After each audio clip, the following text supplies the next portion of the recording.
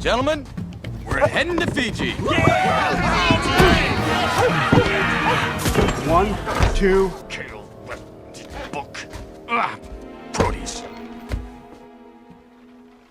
Look at all this. Can't believe it. Oh, but this can't be real. It'd be far too delicate. Uh-oh. This is more like it. Stolen from Venezia, from Pompeii, and from a brothel in Syracuse. Good guess.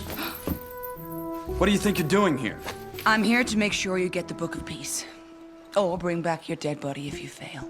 Really? And how are you gonna pull that off? By whatever means necessary. Did you bring a crew? No? You know how to get to Tartarus? No. Can you navigate on your own? Yes. Well, good. Then I'll dump your butt in a rowboat and you can paddle all the way back to Syracuse. Because we're going to Fiji. Forgetting your gas. Fiji. Yep. Just as I thought. What? Somebody, you're not a very complicated guy. All someone has to do is imagine the most gutless course of action and you're bound to take it. Hey, this is not my problem. I did not steal the book. You're really not gonna lose any sleep over this, are you? Not a wink.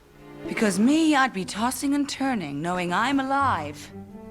Because I let my friend die.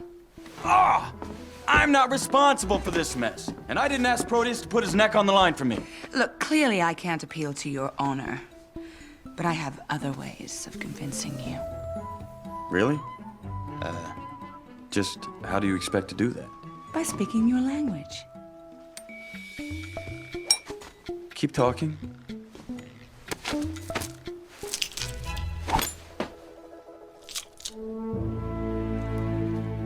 Yep, this'll do. But not for first class.